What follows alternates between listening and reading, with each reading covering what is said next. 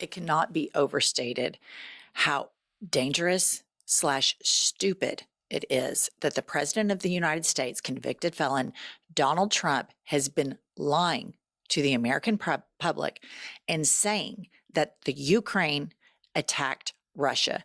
This is demonstrably and verifiably and objectively false, yet he continues to do it. He continues to do it because he is compromised and owned by Vladimir Putin. Let's listen to Jasmine Crockett. Time for us to say, Mr. President, guess what? Russia invaded Ukraine. Can we at least agree on that one? Facts matter. Y'all, this is literally potentially putting us into an international crisis.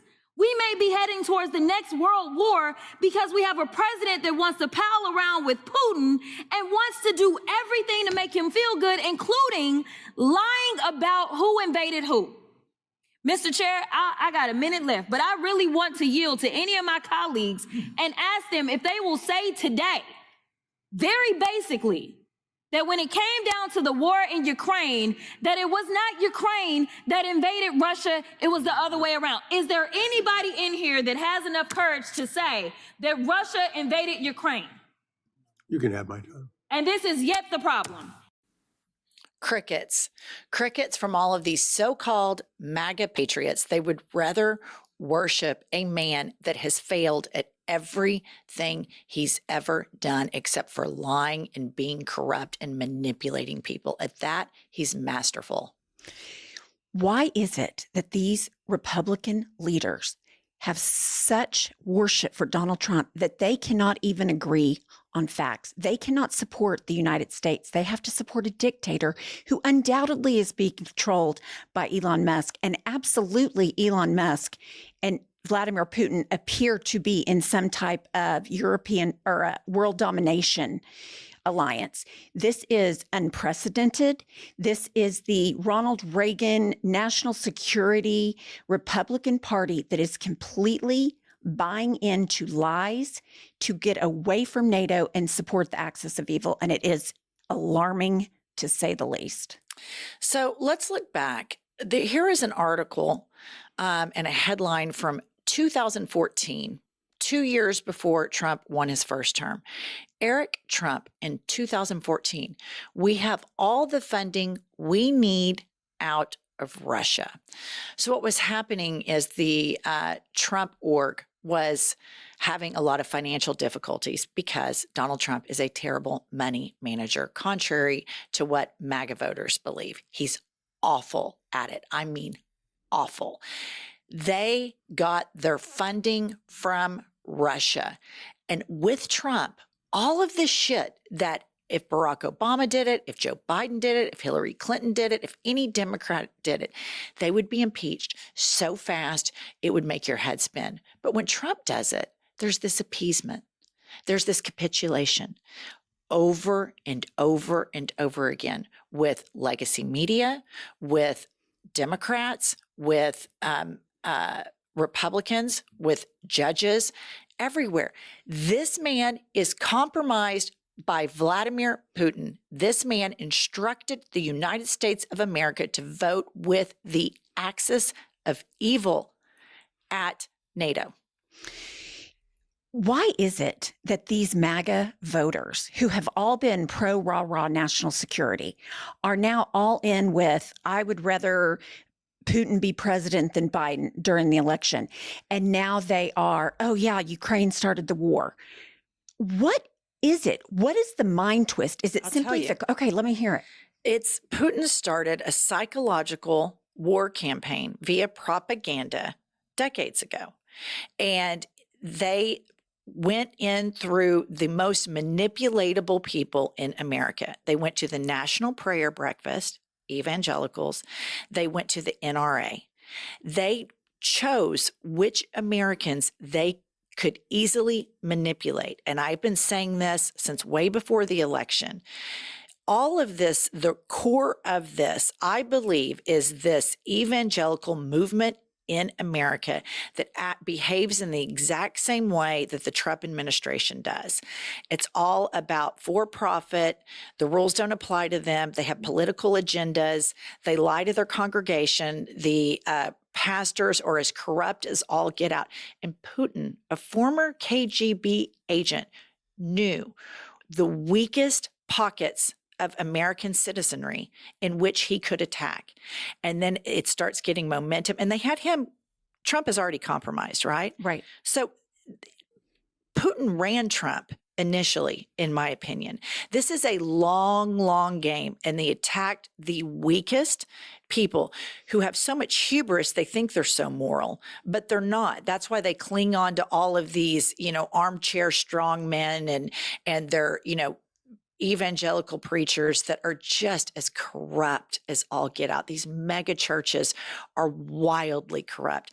The NRA, wildly corrupt. Those are the access points in which Putin infiltrated the United States. Then you have troll farms. Then you get Fox News. Then you start paying Tucker Carlson. You start paying Tim Pool, et cetera, et cetera. You start hacking into voting machines and all the stuff.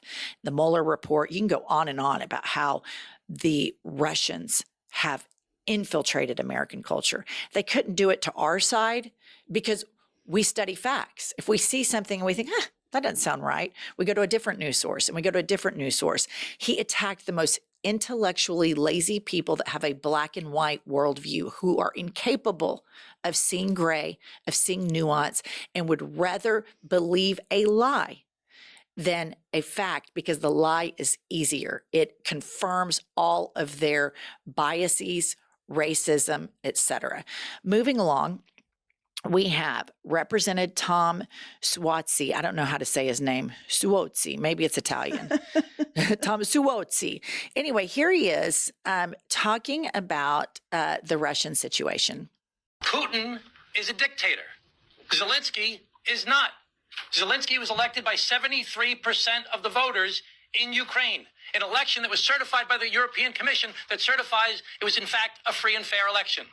Very simple point that we needed to be reported regularly. Putin is a dictator. Zelensky is not. Putin and the Russians invaded Ukraine, not the other way around.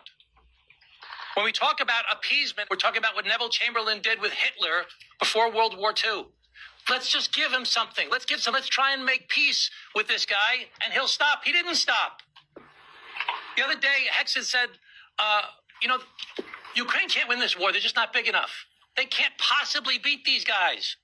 If we cave now and reward Russia for invading a democratically elected leader's country, who is our ally, if we reward Putin now, what do you think the people in Latvia are going to say? What are the people in Lithuania going to say? What are the people in Estonia going to say? What are the people in Moldova going to say? What are the people in Poland going to say?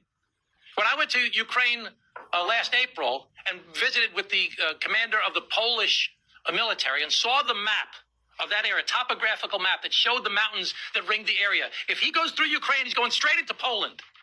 We cannot reward Putin for his criminal actions, where they're murdering people, raping people, kidnapping children. There are tens of thousands of children that have been abducted from Ukraine and brought into Russia. Why? Because if your mom or dad works at the power plant, then we need your Ukrainian parents to keep on working on that plant, and Putin doesn't want you to stop working there. He's going to keep your children even longer, and who knows what else he'll do. He's a beast. He's an animal. He's a dictator. We cannot let this become normalized. There you have it. That is a masterclass on the Democratic messaging moving forward. He started with facts. He went into nuance about the topographical area, and then he ended with sharp facts. Vladimir Putin is a dictator. He is a horrible, horrible, sociopathic war criminal. And this government, the Donald Trump MAGA government, is appeasing exactly the way the British did in World War II, which allowed Hitler to keep advancing all over Europe. Nobody is fucking listening to this shit, and it is serious. Donald Trump is completely compromised. He is a Russian asset. There is no question about it. What I think is so interesting is that it is widely known that Putin is a murderer. He has murdered anyone that stood up against him. They've fallen out windows, their underwear get poisoned. The people in Russia live in a situation of close to poverty, the majority, and they have an oligarchy. And you look at, just look at the actions of the Trump administration and what he's allowing Elon Musk to do. We are only creating poor people and more of an oligarchy. This is what they want to do. And all of these Americans that are running around saying, oh yeah, we don't want to pay for Ukraine, blah, blah, blah. Take a look at how the Russian people live, the vast majority, because the oligarchy is a very small percent. Every single other American will suffer. And the fact that now we have Republican leaders, the president of the United States running around saying, Zelensky's a dictator and Russia started the war. If that is not Russian propaganda, I don't know what is.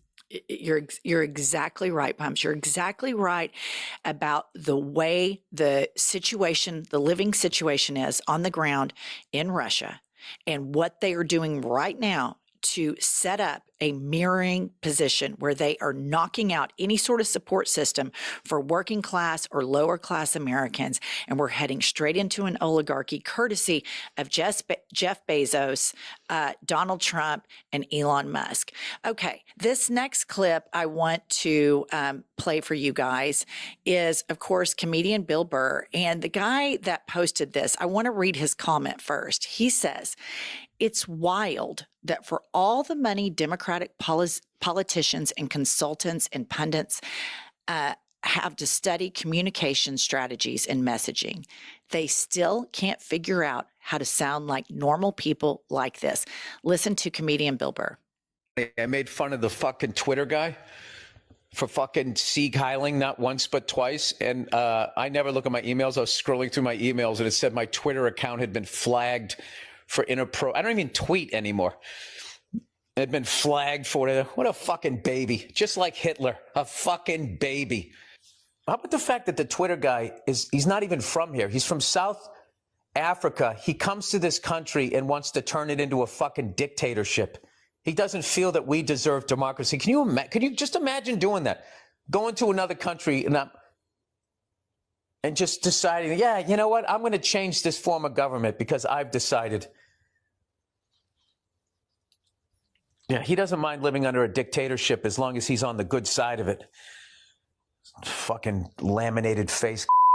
Because that's another thing. All of these people that are into fucking Hitler, you know what I mean? And like, look at this guy like he was some sort of fucking hero. The guy's one of the biggest fucking cowards ever.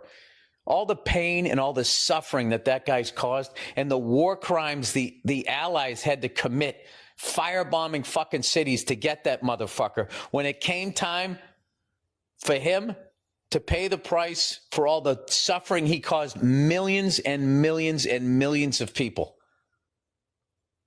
Did he face the music? Nope. He gave himself a nice, quick, painless fucking death. That's your fucking hero? Fucking coward is what he was. He should have faced the fucking music. Exactly. Cowards. Hitler was a coward. Donald Trump is a coward, pleads the fifth, pleads the fifth, pleads the fifth. This is the most cowardice administration, and typically bullies right underneath are cowards. This is cowardice from the top, from Vladimir Putin to Trump to Musk, all the way down to that little squirmy Moses Mike Johnson. This is a 5-alarm fire, and mainstream media is not going to save you. They are bending the knee. Everybody needs to unite and support independent media like ours, like the Midas Touch. Please subscribe to our channel, and we will see you all soon.